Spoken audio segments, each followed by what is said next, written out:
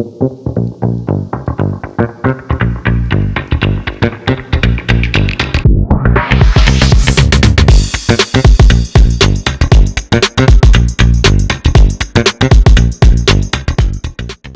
tarde. Hoje no Niterói Podcast temos a ilustre presença do advogado Marcelo Andreatta. Marcelo estudou Direito na Universo. Fez atualizações de cursos jurídicos no CEPAD, que foi até aonde eu o conheci, ele e a esposa. Hoje, ele trabalha com direito previdenciário com enfoque na revisão de pensão por morte estadual, seja ela previdenciária ou especial. Atua também no ramo de leilão de imóveis há muitos anos. No começo, apenas como investimento pessoal, e atualmente também dá grandes dicas para quem quer atuar nesse ramo. Vamos começar por partes. Primeiro, vamos falar das pensões e a eterna peregrinação do pensionista que deve estar sempre alerta aos valores para saber se estão atualizados ou defasados. E estar também alertas nos descontos indevidos e um monte de problema que vem aí junto com as pensões. Marcelo, muito obrigado e é um grande prazer ter você aqui comigo hoje. Eu é que agradeço a oportunidade sempre. Porque com certeza esse episódio vai ser de extrema relevância. É utilidade pública total. Né? Então, assim, eu considero que esse vai ser um dos episódios mais importantes do Niterói Podcast. E eu te agradeço muito pela sua ilustre presença aqui com a gente hoje. Marcelo, logo de cara eu já vou te fazer uma pergunta. Por que acontecem esses descontos indevidos, muitas vezes de valores altíssimos, vários deles ilegais e ainda assim continuam sendo descontados? Marcos, olha, essa é uma questão muito complexa, né? A gente vê uma verdadeira via crucis, né? Que vem sendo implantada na vida dos pensionistas do Rio de Janeiro. Essa imensidão de descontos indevidos se dá por falhas legislativas, má gestão pública, né? Gestores, na verdade, dos órgãos públicos são colocados lá e realmente colocam em prática a implantação de descontos que não possuem fundamento nenhum, senão angariar fundo para o Rio Previdência, para o Estado. Que é um absurdo isso. Um absurdo, completamente chega a ser uma cara de pau. Mas são muitos os descontos, viu? Tem muita coisa indevida. Recentemente a gente tem batido muito na tecla de um desconto específico que vem sendo feito, que é o abatimento de pensão previdenciária, por exemplo, nas pensões especiais. 3 delas especificamente sofrem esse abatimento hoje, que são as pensões especiais pagas pela Polícia Civil, Polícia Militar e Bombeiro Militar do Estado do Rio de Janeiro. São aquelas pensões pagas em razão de óbito de servidores em serviço, por acidente de serviço ou em razão de doença, né, que guarde relação de causa e efeito com a atividade desenvolvida. Essas pensões vêm sofrendo um abatimento com a rúbrica 4030 há muitos anos, tá? Até pouco tempo atrás, o tribunal reconhecia que esse abatimento era indevido só nas pensões especiais pagas pela Polícia Civil. Agora, recentemente, houve uma inversão na jurisprudência e eles começaram a entender também pela ilegalidade desses abatimentos nas pensões especiais pagas pela Polícia Militar e Bombeiro Militar. Para você ter uma ideia do absurdo financeiro que é gerado com isso, imagina. Se você ganha do Rio Previdência R$5.000 e ganha da Polícia Militar uma pensão especial de natureza indenizatória, que não guarda nenhuma relação com a questão contributiva. Olha que loucura. Sim. Tá? A pensão especial ela tem um único objetivo de compensar e indenizar aquela viúva pela perda do marido, do filho, em serviço, né, do Estado. E o Estado indevidamente pega a pensão previdenciária que ela recebe, o mesmo valor, e abate na pensão especial, praticamente zerando a indenização que o Estado tem que pagar a ela. Nossa Senhora, que absurdo. E são valores absurdos, estratosféricos. Para se ter uma ideia, um abatimento dessa natureza de R$5.000, por exemplo, você tem, ao longo de 12 meses, 60 mil, mais o 13º, 65, e somados 5 anos para trás, esse valor atinge aí um importe absurdo, né? Mas tem jeito, tem como reverter? Porque, assim, isso acontece com muitas pessoas, né? Com milhares de pessoas, e eu acredito que, vamos fazer isso em porcentagem, não sei nem se 10% das pessoas que têm esse desconto indevido sabem que isso pode ser mudado. A maioria não sabe. A maioria não sabe. A gente grita aos 4 ventos aí pelas mídias sociais e vai tentando fazer aquela brincadeira de divulgar nos grupos e tal. Como é aquela brincadeira que a gente fazia quando era garoto? Que o negócio vai se espalhando, né? Vai tentando ver se vai tentando chegando... divulgar e fala para um, olha, avisa para o outro e vai em frente, porque tem esse direito. Tipo o lance de passar anel. Exatamente, mais ou menos isso. Cara, é um completo absurdo. A verdade é essa. Mas tem reversão. Se a pessoa correr atrás... Com uma ação judicial você consegue. E um grande obstáculo que se tem encontrado é que é o seguinte: se você recebe 2 pensões, você ultrapassa o limite para concessão de gratuidade de justiça nessas ações. Só que, se a gente for parar para pensar pelo lado prático, o abatimento da pensão previdenciária na pensão especial já reduz. Absurdamente o ganho líquido dessa pessoa, né? Uhum. O que, obviamente, vai reduzir o poder de compra dela. Total, e dar a ela a possibilidade de ingressar na justiça, pleiteando a gratuidade de justiça justamente com base nessa redução de remuneração que ela sofre. Engraçado, Marcelo, que isso aí já fica parecendo até que é de propósito, que assim, o mais desavisado, mesmo sabendo que poderia correr atrás, ele não vai poder porque às vezes não tem recurso para isso. Exatamente. Isso é um absurdo, isso é uma maldade. Uma maldade. Eu penso nisso, sinceramente, com certo rancor com relação ao Estado. Claro, porque é uma maldade. Eu trago para o coração algumas coisas, sabe? Nessa atividade. Eu acho que talvez por conta dessa questão de trabalhar com tanto carinho, exercer com tanto carinho a profissão. E quando eu vejo situações assim de extremo absurdo do Estado, realmente a gente acaba trazendo para o coração, porque não é fácil não, viu? E é o que a gente estava falando em off aqui antes de começar. Isso não atrapalha só o pensionista, isso atrapalha a vida da família inteira. Porque muitas vezes aquela família inteira depende daquele valor que recebe, daquela pensão. Exatamente. São famílias inteiras, às vezes, vivendo daquele benefício gerado em razão do falecimento. Porque, na verdade, se você for parar para pensar, policiais, bombeiros, são servidores que ingressaram no serviço público, via de regra, oriundos de famílias mais humildes, né? Gestores e provedores da família, e ao falecerem, principalmente numa situação dessa, né, especial, deixam de fato a família numa situação complicada. E aí a viúva, hoje a filha não recebe mais só enquanto menor, mas no passado a filha recebia, né, a vida inteira. E era muito comum que esse benefício, é muito comum que esse benefício sirva assim para alimentar a família inteira, né? A esposa, filhos, por vezes filhos inválidos e por aí vai. E o que o Estado faz é, de fato, uma covardia. Na verdade, me parece uma manobra do Estado para se furtar ao dever de indenizar, né? Se você for parar para pensar, você for parar para pensar, isso é uma manobra. Cara, várias manobras são criadas pelo Estado ao longo dos anos com publicações de leis completamente atécnicas e que tem, assim... Sabe, a impressão que a gente que trabalha na área tem é que essas leis são criadas justamente para burlar, sabe, o acesso à informação. Para dificultar, pelo menos. Exatamente, para contornar obrigações do Estado. Não é fácil, não. A gente tem um poder legislativo estadual bem complexo, viu? É verdade. Eu até fiz aqui uma relação de perguntas, eu vou ficar lendo aqui no tablet, porque assim, é tão importante e é objeto de dúvida de tanta gente que eu já deixei aqui que é para não esquecer de nenhuma mesmo.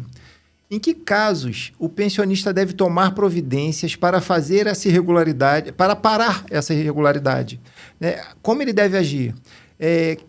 Qual iniciativa deve ser tomada? Primeiro, antes de entrar na justiça, você deve ir na seara administrativa ou você já entra logo na justiça? Porque muita gente não sabe como proceder, não sabe se primeiro pode, na seara administrativa mesmo, tentar resolver de uma forma, de repente, mais rápida, ou depois de tentar e não ter conseguido entrar na justiça.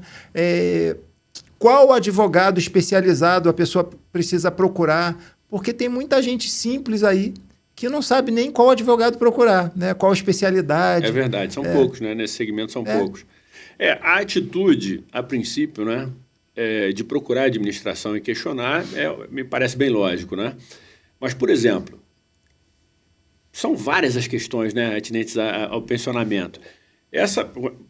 Só para a gente não sair do gancho, essa questão do abatimento de pensão previdenciária é algo que administrativamente a administração não reconhece. Não reconhece, então, né? Perda de tempo. Com relação a esse abatimento, sim. Mas ela é pré-requisito para a justiça? Não, ou não, né? Não, de modo algum. O acesso ao judiciário é completamente independente. Né? Você não precisa exaurir, né, o procedimento administrativo para acesso ao judiciário, de jeito nenhum. São searas independentes.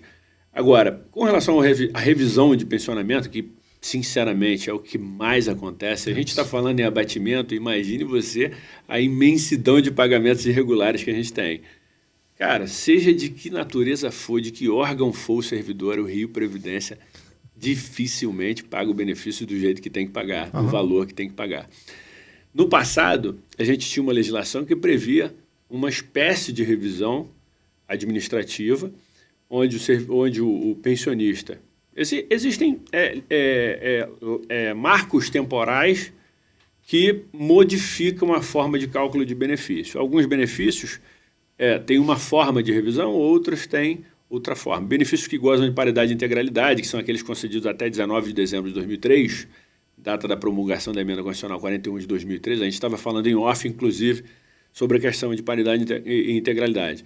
Esses benefícios possuem como forma de revisão a expedição de um documento denominado DAP, Documento de Atualização de Pensão, ou Declaração de Atualização de Pensão. Tá? A lei fala em Documento de Atualização de Pensão. Perdão, Declaração de Atualização de Pensão.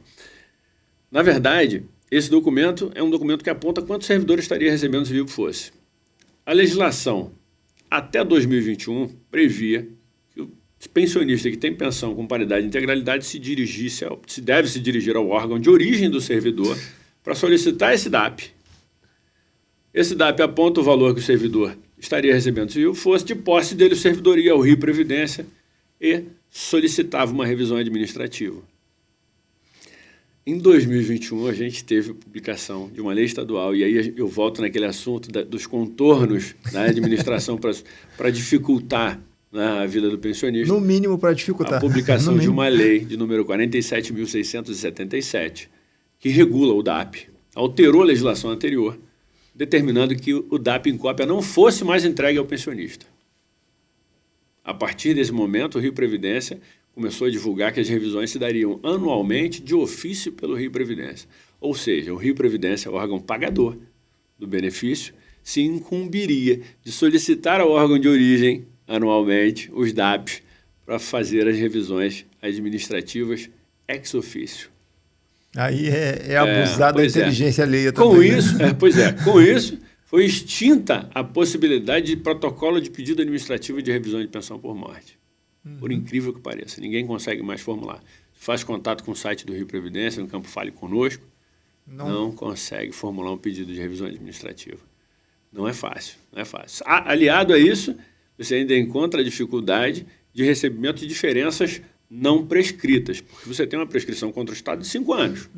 O Rio Previdência, quando fazia a revisão de pensão administrativa, ele só pagava diferenças oriundas do exercício financeiro em curso. Mesmo porque, administrativamente, o Rio Previdência está proibido por uma lei de 1930, que eu não me lembro agora exatamente o número, mas que proíbe a administração de pagar pela via administrativa verbas ou débitos oriundos de exercícios financeiros já findos, já finalizados. Então, administrativamente, você vê, às vezes, uma pessoa ou outra dizendo que recebeu atrasados ou não, conversa. Não é possível. Legalmente falando, isso não é possível. Esses atrasados, essas diferenças passadas, só através da via judicial. Aí, o que me vem à cabeça a gente vai ter que pagar, mas pelo menos a gente vai demorar mais um pouquinho. Vamos aplicar isso aqui. Exatamente. E ele costuma fazer isso através de uma declaração, um documento chamado DEA, Débito de Exercícios Financeiros, Débito de Exercícios Anteriores. E o pior, ele ainda faz isso. O Rio Previdência emite esse documento, onde ele literalmente diz, olha, eu devo, mas não tenho como pagar. Preciso de disponibilidade orçamentária para isso. Então vai entrando na justiça enquanto isso aí. Não, e o pior, não raras vezes ele presta essa declaração administrativa com a promessa de que aquele débito será honrado tão logo seja disponibilizado no orçamento financeiro. Uma confissão de dívida. Devo, não nego, pago quando quiser. Quando quiser, se você quiser aguardar, perfeito. Com isso, sabe o que acontece? Muita gente deixa o direito de prescrever. Fica aguardando, na boa fé de que o Rio prevê, não, ele disse, reconheceu que me deve, vai pagar. Isso realmente... é muito comum que esse direito prescreva. E a gente estava falando de pedido administrativo de pensão, você imagina o seguinte, eu falei que pensões com paridade e integralidade são aquelas concedidas até 19 de dezembro de 2003. De 19 de dezembro de 2003 para cá, continuaram concedendo pensões, sem paridade e integralidade. Elas não possuem mais paridade e integralidade. Existem algumas exceções previstas na Emenda Constitucional 47 de 2005, outra na Emenda Constitucional 70 de 2012, mas, via de regra, não há paridade e integralidade. As pensões depois de 2003 são concedidas com base no teto do regime geral de previdência social, elas vão corresponder no máximo ao teto do regime geral de previdência social. E caso a remuneração do servidor ultrapasse o teto do regime geral de previdência social, elas serão acrescidas de 70% da parcela da remuneração do servidor que eventualmente ultrapasse esse teto. Não, até essa regra, ela já é assim complicada. Muito complexa. E mais, de lá para cá, elas também não possuem paridade. A integralidade significa que ela será concedida de modo integral? Não. Ela tem um percentual redutor caso o benefício de pensão por morte ultrapasse o limite do teto do regime geral de previdência social. Então, ela já não será um benefício que será concedido em sua integralidade. Sim. E a paridade está ligada a um momento de revisão do benefício, que é aquela revisão anual feita, né? A paridade e integralidade não existindo nessas pensões, elas não serão corrigidas junto com o índice de correção utilizado para a remuneração do servidor em atividade. E vem cá, eles falam da correção anual. Não existe correção anual. Se você pegar o seu contra-cheque lá de dezembro e o de janeiro e do outro ano, é tudo igual. Não existe. Na verdade, assim, existe legislação determinando que a revisão seja feita todo... Existe teoria. Na verdade, você tem uma legislação determinando que o benefício deverá ser revisto na database de 1º de janeiro, segundo o Índice Nacional de Preços ao Consumidor, o INPC, fornecido pelo IBGE na database de 1º de janeiro, de todo ano. Isso nunca aconteceu. Nunca acontece. Então, se você quer pegar uma pensão com paridade e integralidade, descobrir qual é o valor da pensão hoje, solicita um DAP no órgão de origem, ou você pega o último contra-cheque do servidor em vida e faz a atualização daqueles valores para cá. Se você quer atualizar um benefício de pensão por morte que não goza de paridade e integralidade, você pega o último contra-cheque do servidor em vida, vai fazer a comparação com o RGPS da época, o teto, vai ver se ultrapassa, faz ali a adequação em percentual e aplica o INPC de lá para cá. Você vai achar o valor do benefício hoje também. Né? Essa é a forma de você achar os valores. E, se houver defasagem, ação judicial. Mais ainda, o Rio Previdência não faz administrativamente revisão por meio... Nunca fez, na verdade. Não é de interesse. Por meio de pedido administrativo, revisão de benefícios de pensão que não gozam de paridade e integralidade. Esses eles nem recebiam. Nunca receberam pedido de revisão. Gente, isso é um absurdo. Olha só, vou te fazer uma pergunta agora que pode parecer boba, mas tem muita gente desavisada e tem muita gente simples também que recebe pensão e não tem essa abertura desse conhecimento, né? Não tem como saber. Como que o pensionista sabe que a pensão dele está defasada? Porque alguns acham que é aquilo ali e não tem outro jeito. Talvez pela simplicidade, às vezes, de alguns beneficiários. Né? Alguns beneficiários... A pergunta é justamente direcionada para eles. Pois é. Na verdade, a maioria dos beneficiários não tem acesso à informação.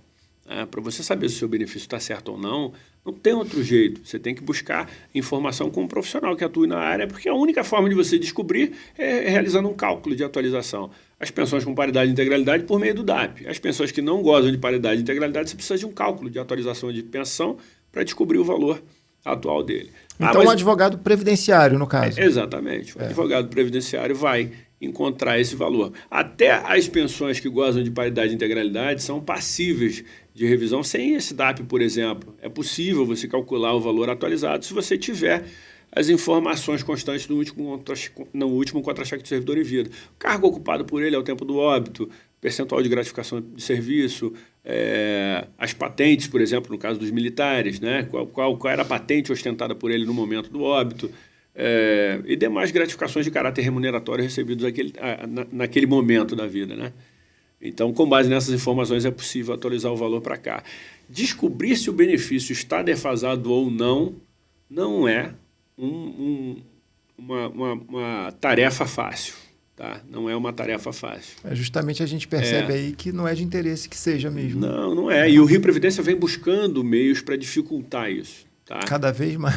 Porque se você imagina a covardia que é um órgão público, a administração, na verdade, por meio de uma legislação, literalmente excluir da legislação anterior a possibilidade de emissão do DAP em cópia ao pensionista. Por quê? Qual é a intenção disso? Né? Diminuir o acesso à informação? É isso.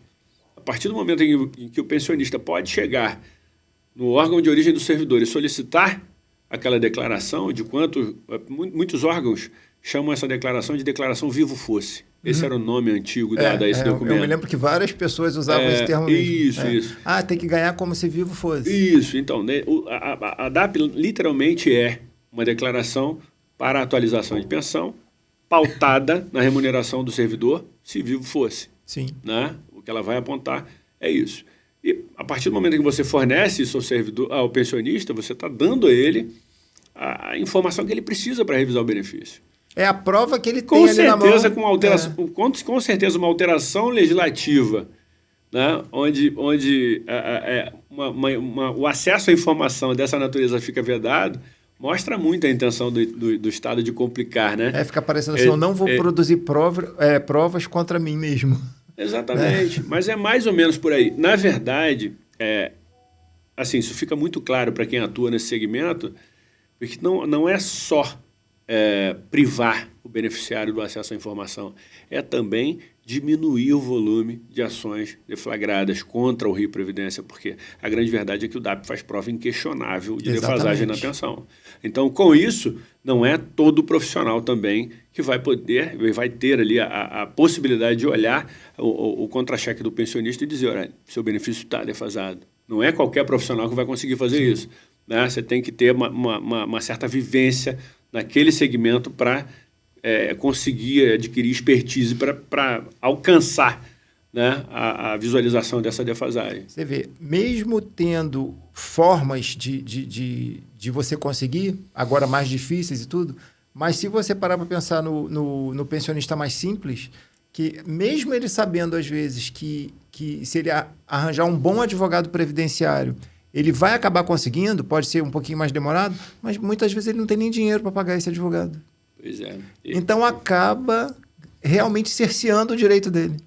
E o que vem dificultando mais ainda isso é que as ações que visam revisão de pensão por morte tramitam nas varas de fazenda pública do Estado do Rio de Janeiro, que realmente se tornaram muito mais céleres com a digitalização, né, dos processos recentes.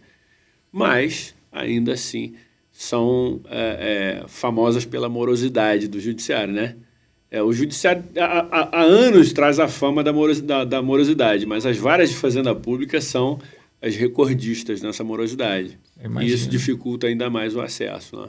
Para você conseguir revisar uma pensão assim com uma certa celeridade, você depende de um juiz e da produção de provas produzidas já no início do processo para deferimento de uma liminar, por exemplo, de revisão. Isso é comum acontecer no processo, mas para isso o DAP, né, ou a DAP, seria de extrema importância para você, sim. Porque a liminar... Porque é prova irrefutável, né? Exatamente. A possibilidade de deferimento de uma tutela de urgência, ela se mostra plausível quando você, desde o início do processo, já faz prova, né, flagrante daquele direito. Se você cessa ao pensionista o acesso àquele documento que faz prova inquestionável do direito dele, você dificulta o acesso à justiça. Com certeza. Engraçado que a gente falando aqui, eu estou vendo aqui a minha lista de perguntas, Só com essa pergunta, você já entrou e já respondeu mais 3 que tinha aqui embaixo. Aí agora eu estou indo já para uma pergunta que, assim, a gente já falou um pouquinho sobre isso, mas o final dela. Uma vez sendo suspensos descontos indevidos, vamos dizer, o pensionista conseguiu entrar na justiça e conseguiu reverter, né, resolveu a sua situação. Mas esse pensionista, ele consegue ser ressarcido nos valores descontados com juros e correção monetária? Consegue. Na verdade, essa é a consequência lógica do processo, né? Mas ele vai conseguir? Vai conseguir. Hoje, no estado do Rio de Janeiro, estão pagando os precatórios expedidos em 2020. Tá? Realmente existe uma defasagem. Aliás, existe um retardo no pagamento, né? As ações nas varas de fazenda pública, elas são famosas pela morosidade e por resultarem, ao final, na expedição de precatório judicial, que também é uma tarefa sofrida para quem é beneficiário de precatório judicial. Isso é um tanto quanto desanimador para quem pretende ingressar na justiça. Mas algumas características interessantes dessa ação, por exemplo, está falando de levar informação, uma informação muito importante sobre isso e que afasta muita gente de deflagrar essa ação. Se você promove uma ação para revisão de pensão por morte, para suspensão de abatimentos indevidos, tudo isso envolve matéria de benefício de natureza alimentar. Sim. Então, ainda que deferida uma liminar, e ela venha, por exemplo, a ser cassada no curso do processo, ou o processo venha, por uma razão qualquer, a ser julgado improcedente ao final, muita gente tem medo. Diz, não, peraí, mas eu recebi durante o processo, foi suspenso o desconto e agora tem que devolver. Não. Não, porque é de natureza alimentar. Não, natureza alimentar, característica da irrepetibilidade. Isso são questões que não são de acesso a todos. Muita gente tem muito receio disso. Eu recebo muita pergunta com relação a isso. Você percebe que é algo que preocupa muito, né? E não tem nenhum fundamento de existir essa preocupação. Né? Agora, o recebimento desses valores, sim, sofrerá ao final, com certeza, incidência de juros. Hoje você tem na verdade, todo débito contra a Fazenda Pública de 2021 para cá, por conta da emenda constitucional número 113, ele será obrigatoriamente reajustado só pela Selic. E a Selic não cumula com juros. Tá? Ela envolve tanto correção monetária quanto juros. Basicamente, os débitos de 2021 para cá são corrigidos pela Selic. Isso está na norma constitucional agora, né? Pô, Marcelo, esses temas aí de pensão, de atualização, de revisão e toda essa dificuldade, eu acho que foi de grande valia aqui. Foi bem legal, acho que foi bem elucidativo, foi bem interessante.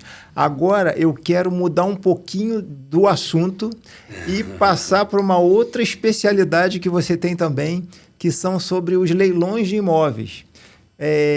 Existem muitos mitos, poucas verdades, muita mentira e um grande folclore em relação aos imóveis adquiridos em leilão.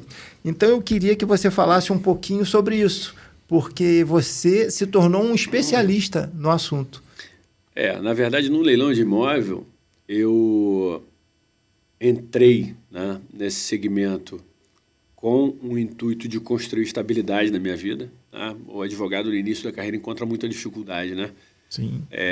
Inclusive, esse é um dos motivos que faz com que a maioria dos estudantes de direito debande para o concurso público. Tá?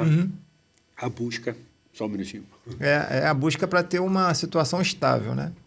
A busca pela estabilidade faz com que muitos advogados desistam e busquem um concurso público. Na verdade, no início da profissão, justamente por conta dessa dificuldade, eu sempre imaginava como principalmente trabalhando com direito previdenciário, né? Não acreditando na previdência, você tem que buscar algum segmento que vai te dar estabilidade no futuro. E aí comecei a abrir o olho para essa questão do investimento imobiliário. Um certo dia, passeando pelo fórum, eu passei pelo átrio e vi um apartamento na Maria Amália sendo levado a leilão, na Tijuca.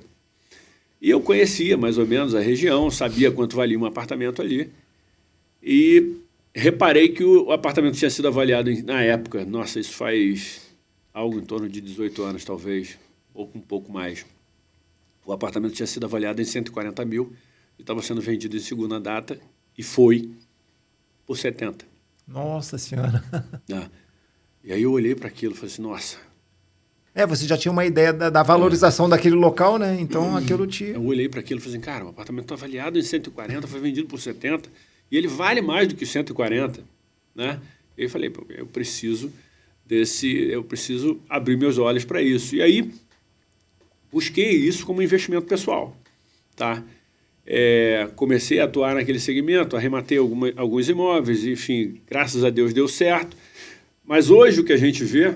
assim, ao longo desse processo, eu fui adquirindo imóvel com a finalidade de venda, imóvel comercial com a finalidade de locação. Foi aí, inclusive, que eu consegui a estabilidade que muitos bacharéis em direito buscam no concurso público. O advogado precisa, de uma forma ou de outra, adquirir estabilidade, e essa foi a forma que eu encontrei para mim. Deu certo. Né? Que bom. Graças a Deus. E também me fez adquirir experiência nesse segmento, porque eu me deparei com toda espécie de problema que você pode imaginar. Nunca atuei no direito imobiliário com a intenção de prestar serviço. Na arrematação de imóveis, sempre com a intenção de investimento pessoal, e já vi tudo que você pode imaginar, para te ser sincero. Já vi coisas assim que muita gente duvidaria. Você hoje encontra muito coach de informação na mídia social, vendendo a ideia de que o leilão é maravilhoso, é um investimento bacana, que todo mundo pode entrar, mas é um tanto quanto arriscado, tá? Confiar 100% nesse tipo de informação. Por quê? Eu estou te falando isso porque eu já tive a oportunidade de participar tanto do leilão judicial quanto do leilão extrajudicial. Na verdade, antes mesmo de me formar, né, em direito, eu já havia tido algumas experiências com leilão de veículo. Então, assim, é um ambiente onde eu venho tramitando há alguns anos, onde eu venho circulando há alguns anos. No leilão de imóvel, por exemplo, de banco, tá? São esses retomadas de alienação fiduciária, por exemplo. No leilão judicial nem se diz, né? Você precisa da assistência de advogado, não tem para onde correr. Arrematou, você vai precisar de um advogado para peticionar para você. Mas tem muita gente hoje vendendo a ideia de que você pode arrematar um imóvel, por exemplo, retomada de financiamento de um banco, sem necessidade do advogado, tá? Teoricamente, se você for analisar a grosso modo, de fato, para arrematar você não precisa. O banco não exige que aquele lance seja dado por um advogado, assim como no judicial também não. Mas... existem vários fatores a serem analisados no leilão administrativo que passam despercebidos porque não tem formação jurídica. Tá? Todo imóvel retomado de alienação fiduciária, por exemplo, ele foi retomado em razão de uma inadimplência. Essa inadimplência pode se dar por vários fatores. Tá? Eu achei super interessante porque essa é uma preocupação que eu sempre tive com o leilão extrajudicial, o leilão de retomadas de imóveis de financiamento, de alienação fiduciária, mas que quem trabalha nesse segmento, vendendo cursos, não alerta para esse tipo de risco. Tá? Ela estava dando um exemplo naquele momento, naquela publicação, de um imóvel que um cliente pediu para ela avaliar, estava sendo levado a leilão pelo banco, mas quem estava perdendo o imóvel tinha uma ação contra o banco e já havia, inclusive, uma liminar determinando a suspensão daquele leilão, da venda do imóvel em leilão público. Que dor de cabeça, gente. Então assim, e o pior, isso é muito comum, isso acontece muito. Você imagina que todo mundo que está perdendo um imóvel, que perdeu um imóvel em razão da retomada da alienação fiduciária, está perdendo o imóvel, perdeu o imóvel por conta de um débito pré-existente. Esse débito pode ser objeto de questionamento judicial. E via de regra por incrível que pareça. E se tiver qualquer óbice no processo judicial movido pelo devedor fiduciário, questionado num processo judicial, isso pode criar um embaraço e travar o seu investimento por anos e anos e anos, até que aquela decisão... O que aconteceu nesse processo? O juiz determinou a suspensão liminar de qualquer procedimento de arremate, de venda em leilão público, até a final decisão do processo. Sabe-se lá, Deus, quanto tempo aquele processo vai durar. Porque se uma pessoa adquire um imóvel com esse problema e o dono consegue retomar o imóvel e esse dinheiro que a pessoa no leilão pagou, ela só vai receber depois que resolver tudo. Depois que a questão ficar resolvida no processo do devedor fiduciário quanto contra o credor. Nossa, isso pode demorar anos, né? Óbvio, mas você imagina, esse leilão específico era de uma ação, era de um banco, de um imóvel que estava sendo vendido pela Caixa Econômica Federal. Essa ação, muito provavelmente, na verdade, obrigatoriamente, está tramitando na vara da Justiça Federal. Então, você imagina o tempo de trâmite de uma ação contra banco questionando o financiamento na Justiça Federal. Engraçado que tem decisão judicial mandando, né, tirar o imóvel do leilão e mesmo assim... Nesse exemplo existia. Porque se ele é retirado, olha a dor de cabeça que evita. Exatamente. Nossa. E antes da gente iniciar o podcast aqui, a gente estava conversando fora também, em off, e eu tinha dado um exemplo de uma fazenda em Silva Jardim agora. Essa fazenda não foi a leilão ainda, tá? Ela está aprazada para o dia 21/11. Mas é uma fazenda em Silva Jardim onde o banco está colocando o imóvel à venda. O edital é a lei interna do leilão. É a lei do leilão. Exatamente. Esse não é um imóvel retomado de alienação fiduciária. É um imóvel que foi adquirido pelo banco numa ação de execução e esse imóvel foi dado como foi adjudicado pelo banco em razão de uma dação em pagamento. O banco criou um edital oferecendo o imóvel leilão, passando a responsabilidade ao pretenso arrematante de averbação da adjudicação em favor do banco, da averbação de eventual georreferenciamento. Existe um procedimento, por exemplo. Quando eu vi aquilo no edital, aquilo me chamou a atenção. O imóvel está ofertado no mercado com preço correspondente a algo em torno de 20% do valor de mercado dele. Tem alguma coisa errada aí, não tem? Pois é. Porque mesmo para leilão, isso está bom demais para ser verdade. Pois é. Então, assim, são coisas que no leilão administrativo, sem a assessoria de um profissional, você vai estar se arriscando drasticamente, né? Nesse caso, por exemplo, o georreferenciamento, a que o banco se reportava no edital, existe um procedimento legal onde, após a realização do georreferenciamento, o proprietário daquela propriedade rural apresenta o laudo do georreferenciamento em cartório e solicita a averbação administrativa. O procedimento legal prevê que, uma vez apresentado o georreferenciamento no RGI, o RGI deve intimar os confrontantes para impugnarem ou não o georreferenciamento. E naquele procedimento administrativo, ou seja, o banco completamente omisso no edital com relação ao procedimento administrativo, havia uma impugnação de um confrontante dizendo que é posseiro do imóvel há mais de 30 anos. Nossa. Isso não constou do edital, não existe processo judicial, só existe uma impugnação administrativa de alguém que se encontra na posse há mais de 30 anos. Então, assim, risco elevado de arrematação de imóvel em leilão extrajudicial, seja ele retomada de financiamento ou venda direta por instituições bancárias sem assistência de advogado. E a probabilidade da pessoa que vai desavisada e achando que está fazendo um bom negócio... Pode dar sorte? Pode. Acho que em 1%, Você pode dar né? sorte. Mas Assim, tem 99% de não dar, né? Eu creio até que um percentual seja um pouco mais elevado. Você acha? Eu creio que sim, porque, afinal de contas, como a gente estava dizendo aqui sobre a questão das revisões de pensão, muita gente não entra na justiça.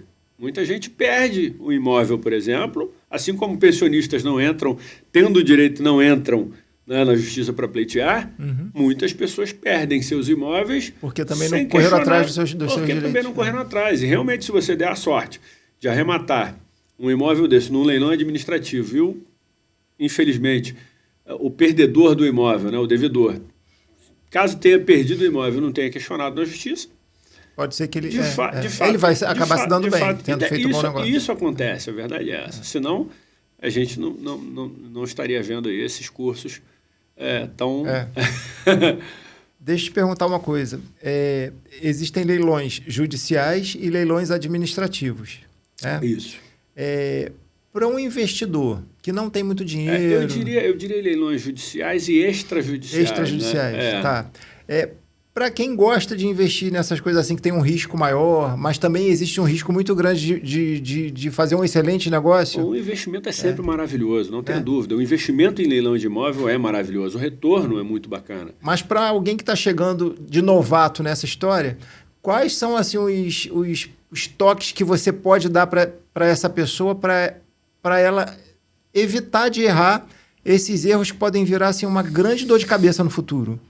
Quais são os primeiros cuidados que as pessoas, ao gostarem, ao se interessarem por um imóvel de leilão, devem ter? Então, Marcos, num processo, num imóvel que está sendo levado a leilão, num processo judicial, você encontra todos esses imóveis disponíveis nos sites de leiloeiras do Rio de Janeiro. E eu aconselharia qualquer daqueles que queiram, quaisquer daqueles que queiram investir no ramo de leilão de imóveis, buscarem ajuda profissional depois de decidirem sobre o imóvel. Né? Porque você não precisa do advogado para decidir que... Para te ajudar a escolher. Não, óbvio que não. Você pode muito bem acessar o site dos leiloeiros, vai ter acesso a tudo que está sendo levado a leilão no mercado, olhou prédio tal, né, casa localizada no condomínio tal, fez lá a avaliação de mercado, olhou, né, se afeiçoou com aquele leilão. Escolheu o seu objeto de desejo, aí procurou um advogado. Muitas vezes até com a intenção só de investimento. Né? Às vezes você não está comprando para realizar sonho, não. É para fazer negócio mesmo. É um excelente negócio. Os imóveis são, via de regra, vendidos em valor muito aquém do valor de mercado. É um excelente investimento. Quanto a isso, não há dúvida. Há dúvida quanto ao procedimento. Né? Você realmente se aventurar sem a assistência de um profissional para esse segmento, acho bastante perigoso. O que eu aconselharia é isso. Busque, né, o imóvel no site dos leiloeiros.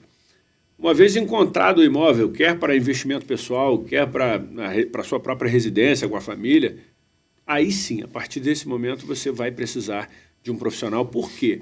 Existem, por exemplo, nos processos judiciais, vícios de procedimento que podem invalidar o leilão e não raras vezes isso é verificado. Tá? Para você ter uma ideia, a cada 10 processos que eu verifico para investimento, um ou dois eu vejo sem vício de procedimento.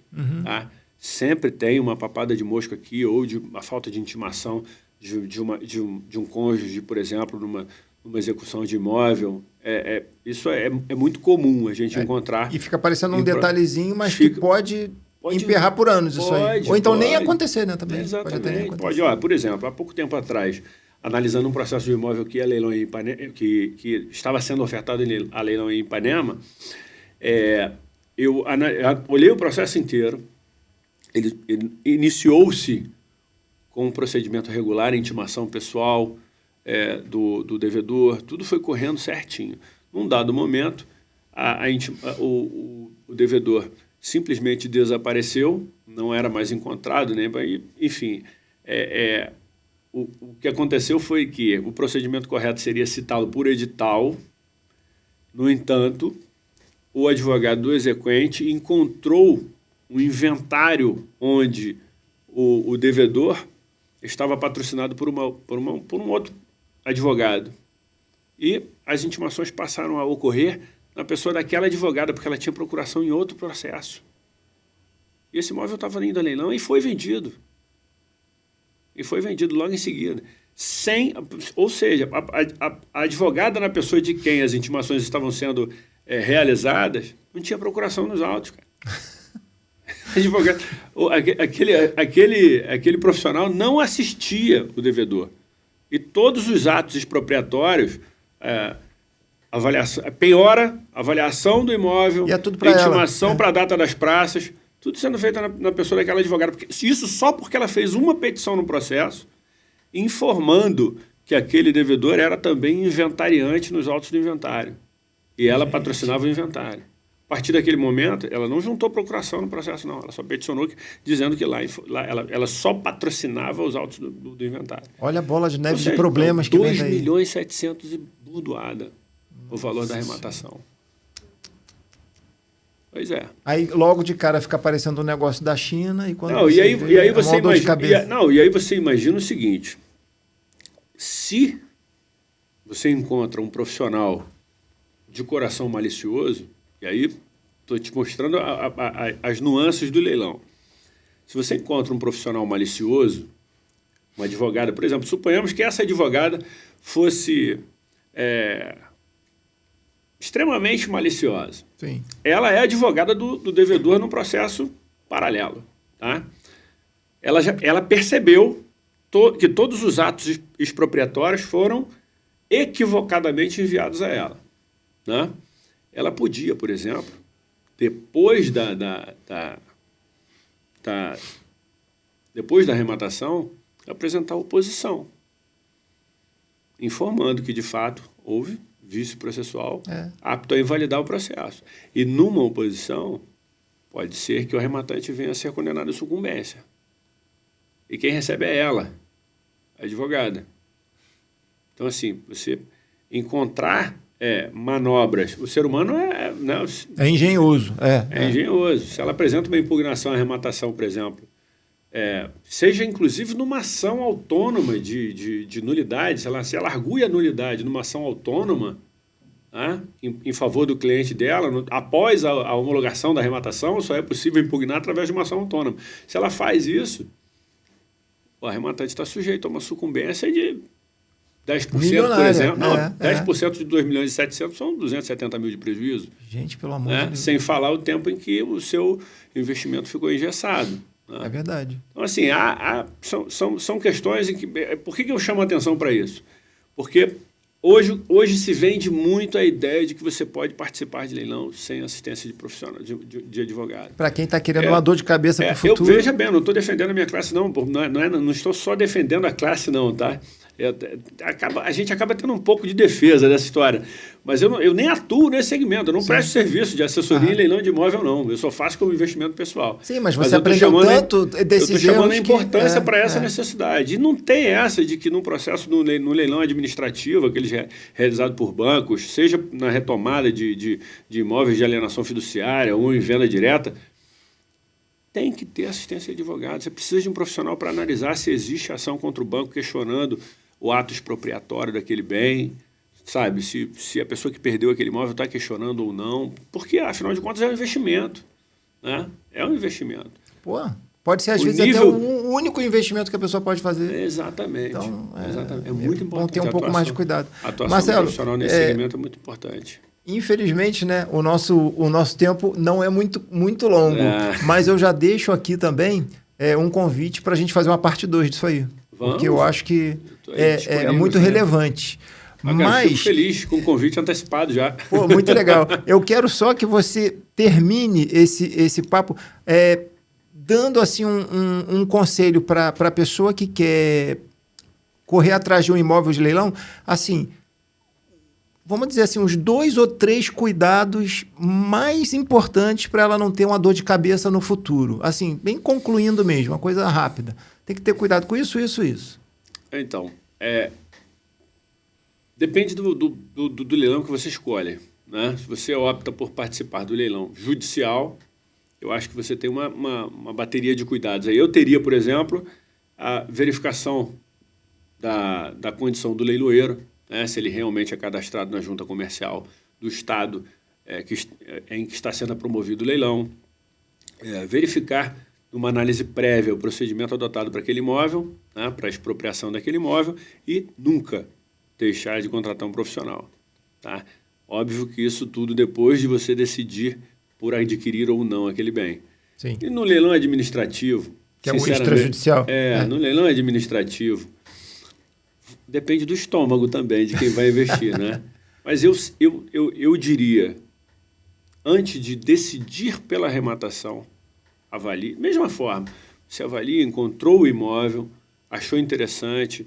O site dos bancos, por exemplo, hoje, a maioria dos bancos oferecem os imóveis a leilão num link específico, Bradesco, Itaú, Banco Mercantil, Caixa Econômica Federal. Uma simples busca no Google... por Caixa Econômica Federal, leilão, Bradesco, leilões, você vai encontrar todos eles lá.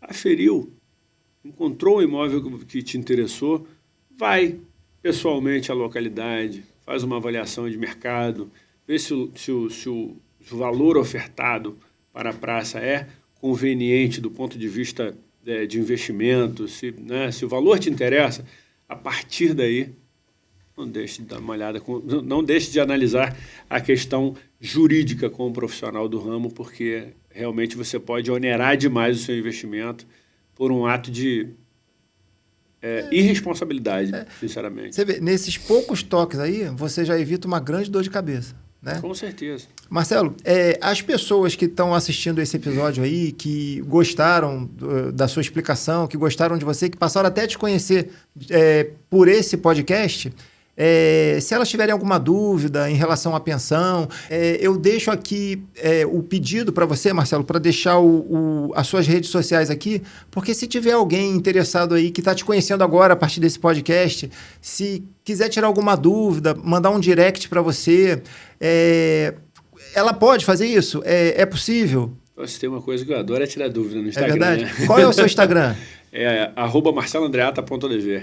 Andreata com 2 T's, né? Isso. @marceloandreata.adv. E no Facebook também, Marcelo Andreata. Tá, então no Facebook e no Instagram. Segue o Instagram dele, que tem muita dica lá para pensão, para leilão, e eu acho que vocês vão gostar muito. Quem gosta desses temas aí, e ainda que não seja para você, problema de pensão, se você não tem, se alguém na tua família tem, ou algum parente, algum amigo vai ter. Então que siga lá o Instagram do @marceloandreata.adv, que vai ser bem legal, bem educativo para vocês. Tem sempre história com caixinha de perguntas lá e tem o direct, né? E tem a participação, que você bota o pessoal para participar contigo nas caixinhas de perguntas. Eu gosto. Eu gosto muito de assistir, acho muito legal, muito bacana, interessante. Cria interatividade, né? E é educativo também, legal, exatamente. Legal. E eu recebo cada pergunta lá que você não tem noção. Imagina. Eu respondo todas elas. É muito bom, né? É legal isso. Essa interatividade com os seus seguidores, isso é muito legal. Essa humanização, isso é muito bom. Então, eu já agradeço aqui pela brilhante presença, por essas questões aí que você ajudou muita gente, eu tenho certeza disso, esses assuntos de extrema relevância e utilidade pública. Então, bacana, eu aperto a mão aqui e agradeço por ter abrilhantado aí o Niterói Podcast hoje, viu? Muito legal, eu fico honrado por isso.